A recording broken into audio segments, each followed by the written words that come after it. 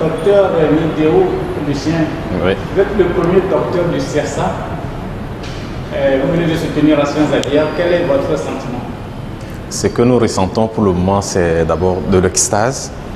Et c'est un honneur pour nous d'être formés dans un grand centre comme celui du Centre d'excellence régionale sur les sciences aviaires de l'Université de Lomé. Et vraiment, nous sommes très honorés. C'est un honneur pour nous.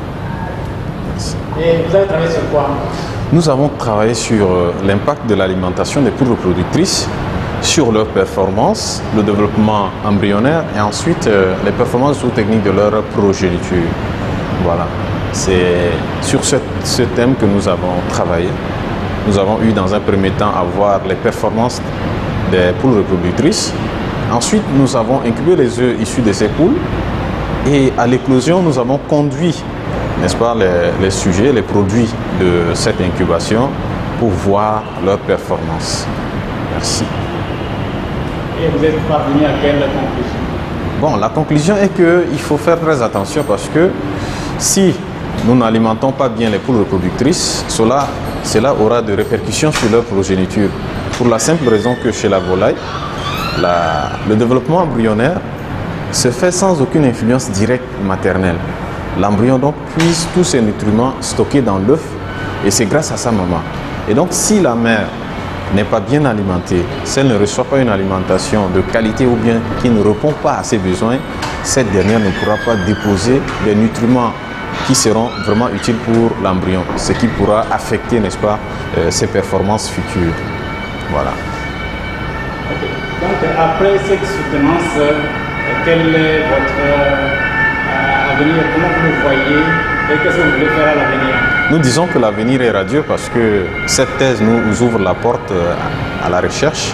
Et donc, ce que nous comptons faire, c'est d'approfondir la recherche en ce qui concerne les sciences aviaires pour, ce ne reste que produire en grande quantité et satisfaire les besoins en protéines animales de la population. Parce que vous savez que de nos jours, la population ne fait que s'agrandir. Nous assistons à une explosion démographique.